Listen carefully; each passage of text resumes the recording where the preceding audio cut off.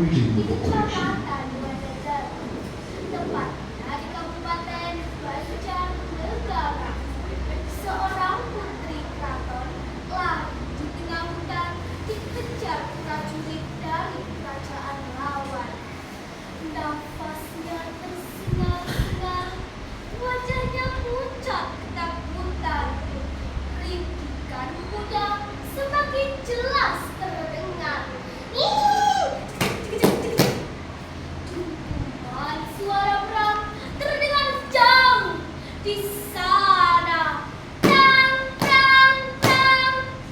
Sang putri terus berlari mencari tempat berlindung.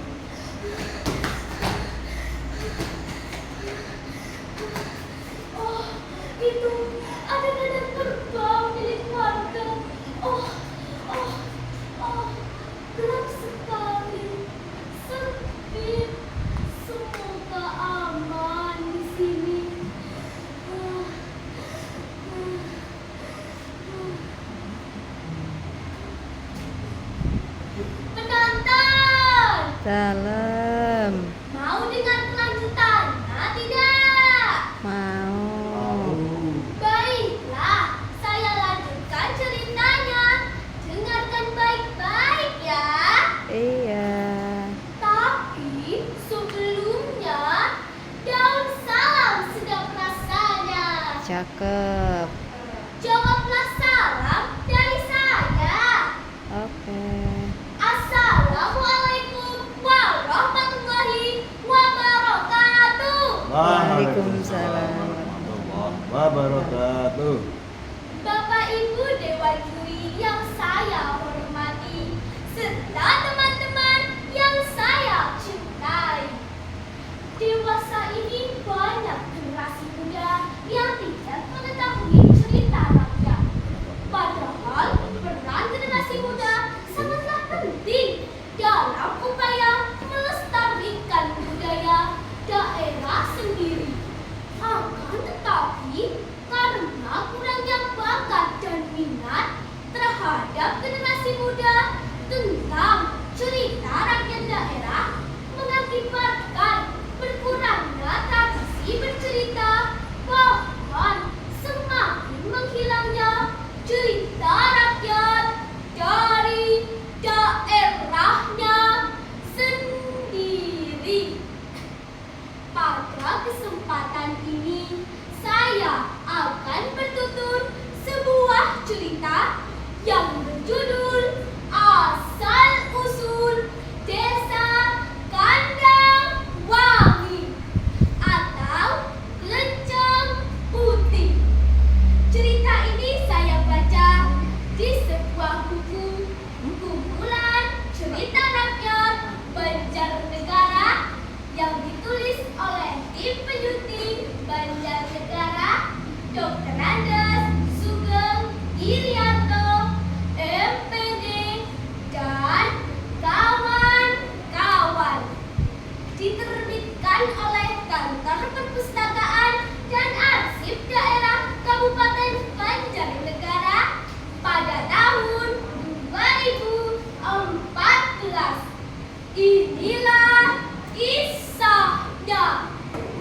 Pada zaman dahulu, di kerajaan Mataram yang dipimpin oleh Sultan Amangkurat II, wilayah kerajaan ini terkenal sangat luas. Di seluruh Jawa Tengah, Jawa Timur, bahkan hampir sebagian besar di Kepulauan Nusantara. Di daerah Banyumas khususnya, di bagian timur, terdapat dua kadipaten yang berbatasan dengan Sungai Serayu, yaitu Kadipaten Tonjong yang berada di sebelah selatan Sungai Serayu yang dipimpin oleh adipati muda yang masih berjaka bernama Adipati Surya Kusuma. Sedangkan Kadipaten Cengkalsewu yang berada di sebelah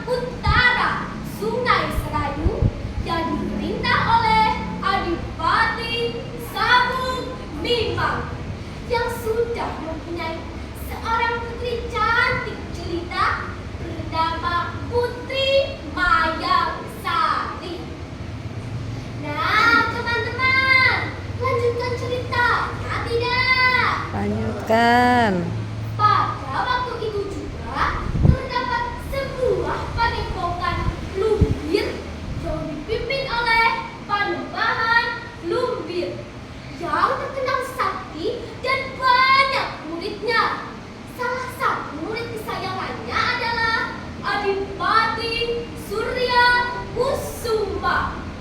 Letak padepokan kira-kira yang sekarang di Desa Tapen, Kecamatan Wanadari.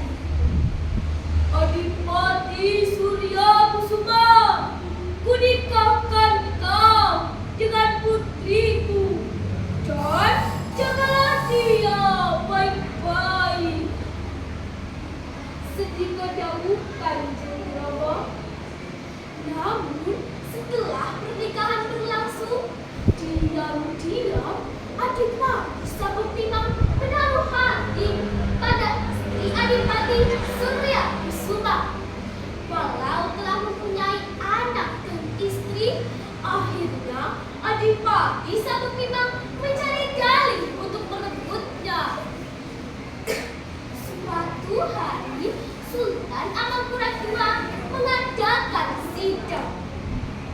Wahai para menteri, Adipati dan Manggoloyuda, apakah sudah hadir semua di Paseban Agung ini? Tiba-tiba Pak bisa bilang, "Ampun Gusti Sultan, Adipati Surya Kusuma tidak hadir di persidangan. Kabarnya dia akan berontak." Mendengar berita tersebut, Sultan Amangkurat II menjadi murka. "Prajurit, berangkat dan tumbaslah Kadipaten Tanjung sekarang juga. Cepat!" Mengetahui hal tersebut, Patih Wirapati segera pergi meninggalkan sidang dan melaporkan kejadian tersebut kepada Adipati Surya Kusuma. "Gawat! Gawat Adipati! Gawat!" "Kenapa, Wirapati?" Adipati pun menjadi sangat marah karena difitnah tanpa sebab. "Prajurit, serang sekarang juga Kadipaten Cengkalsewu. Permaisuriku, jika engkau mendengar kening undur-undur kekacauan, berhentilah, menyelamatkan diri." "Baik, Kakanda." Nah, teman-teman, ringkas cerita, terjadilah pertempuran antara Tonjong dan Cengkalsewu. Pasukan Tonjong dapat menggilas pasukan Cengkalsewu menjadi karang abang atau bumi hangus, hingga Adipati Sabuktimang terkalahkan dan menghilang atau silep. Maka bekas pertempuran tersebut sampai sekarang menjadi desa Silepa atau Selepa. Mendengar kekalahan ayahandanya, Putri Mayangsari segera berlari ke tengah hutan dan terus dikejar oleh para prajurit dari kerajaan lawan. Nafasnya tersengal-sengal, wajahnya pucat ketakutan. Dentuman suara perang terdengar jauh di sana. Tang, tang, tang. Sambil terus berlari mencari tempat berlindung.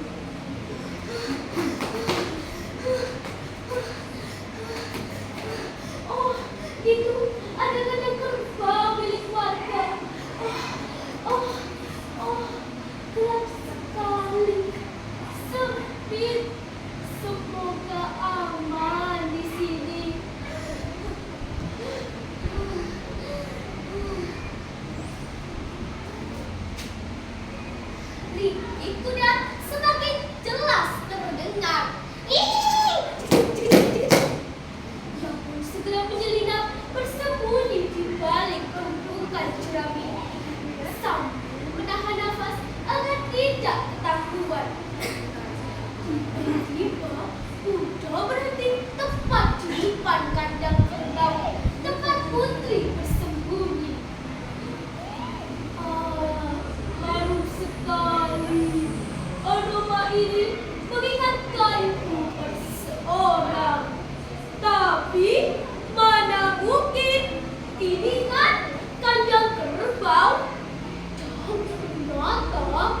Adinda, Adinda, mengapa kau bersembunyi di sini, Adinda? Dimana Sari lalu menceritakan kejadian yang menimpa ayahnya, sampai akhirnya ia bersembunyi di kandang kerbau. Sebagai rasa syukur atas ditemukan calon istrinya dengan selamat, maka Raden Kumitir memberi nama tempat tersebut dengan nama Kandang Wangi. Dengan langkah cepat, Raden Kumitir segera mencari para penabur gamelan dan memaksanya untuk membunyikan gending undur-undur kacangan. Seketika sang permaisuri teringat akan pesan suaminya. Sementara di medan pertempuran, Adipati Kusuma terkejut mendengar gending undur-undur kacangan. Maka tergetarlah hatinya akan firasat buruk dan bergegas pulang ke Kadipaten. Ampun Gusti Adipati, Gusti Permaisuri telah bunuh diri terjun ke Sungai Serayu. Maka tanpa pikir panjang, sang Adipati segera berlari mengejarnya. Dengan tekad mati bersama, sang Adipati pun terjun pula ke Sungai Serayu. Permaisuriku, tunggu aku, tunggu. Tiba-tiba dari tempat sepasang suami istri menerjunkan diri, tersembuhlah sepasang kelencong putih atau sepasang kupu-kupu kecil putih. Inilah kisah asal-usul kelencong putih. Pesan yang bisa kita ambil dari cerita ini adalah pentingnya menjaga kehormatan